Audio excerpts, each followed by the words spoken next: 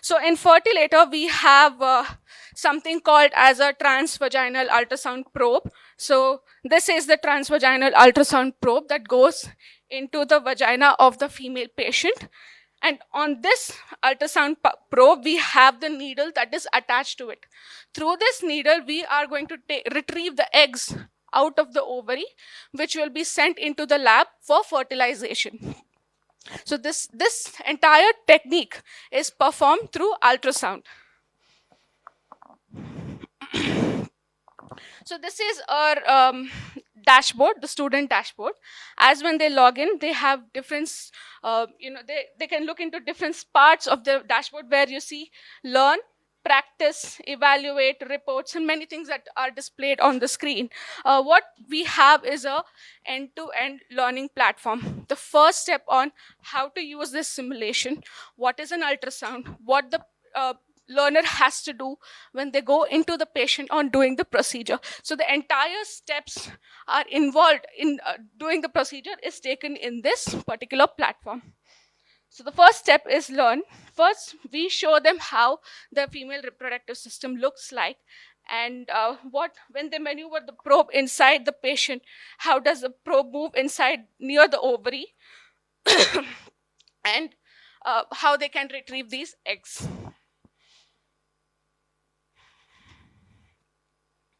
So this is system diagnostics, just to keep in check with all the connectivities. The patient on the bed, and also you can see the ovaries with the vagina close to it.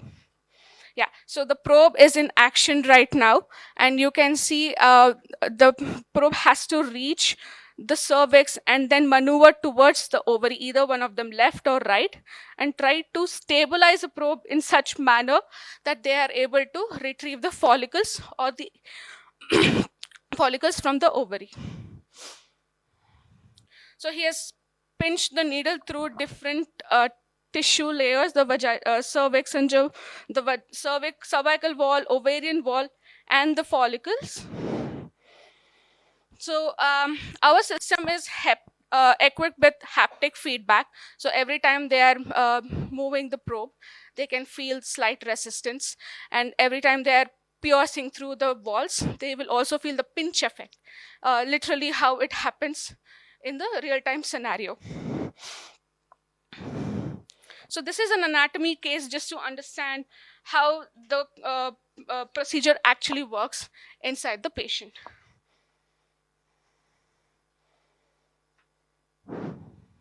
So now we'll go into the ultrasound mode. So there is an organization called European Society of Reproductive Health and Embryology.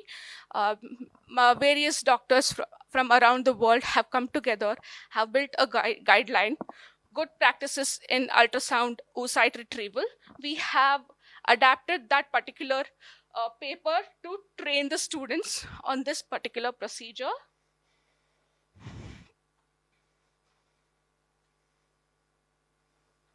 So this is the ultrasound screen, and you can also see the patient on the other screen. So every step that is performed by the student, they can track their movements on this OPO task tracker that's on the right over here. And they can also track the ultrasound probe movements just so they know where they are inside the patient, and they can maneuver and stabilize it, and also retrace and practice as much as possible to perfect those movements. Now we'll go into the patient, virtual patient. Yeah, so we have 6 degree of movement for ultrasound probe. You can move in any direction you want, and 1 degree of movement for the needle. So to be able to retrieve the follicles from the ovary, a suction pressure must be applied through the suction pump or the foot switch over here. So the learner is supposed to apply suction pressure to be able to retrieve the follicles.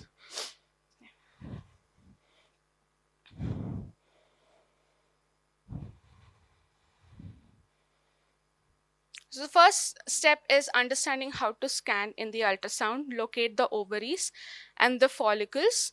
So now, as you can see, we have located the ovaries with the mature follicles.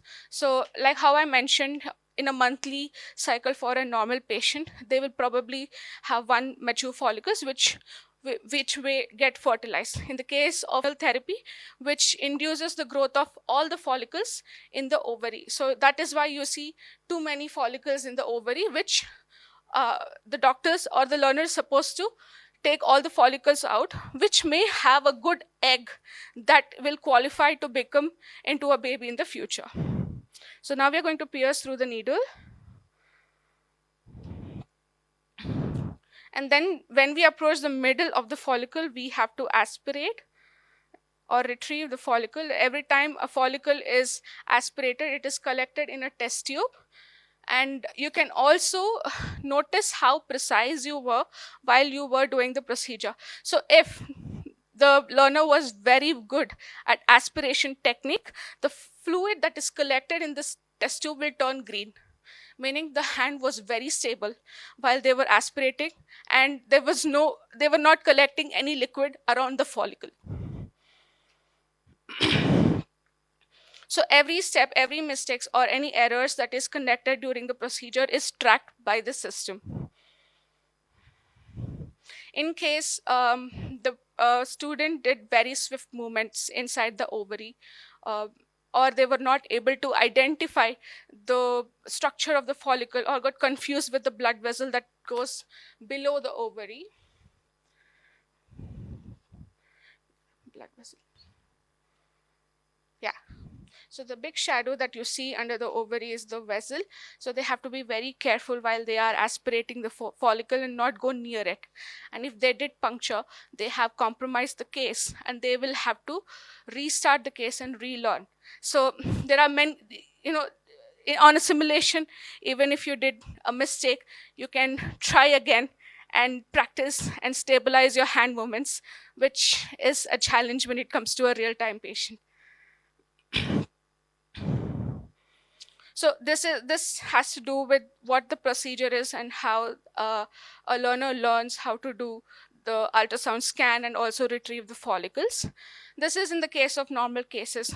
Consider cases which has underlying complications like endometriosis or adenomyosis, or even one with a cyst. So that requires a lot of decision making before they take the patient into the operation theater and understand how to maneuver in the ultrasound scan and decide where do I start my procedure, which direction. All of these decisions can be taken in the ultrasound, and then they can start the procedure. So we do track even decision making of the student while they are doing the procedure.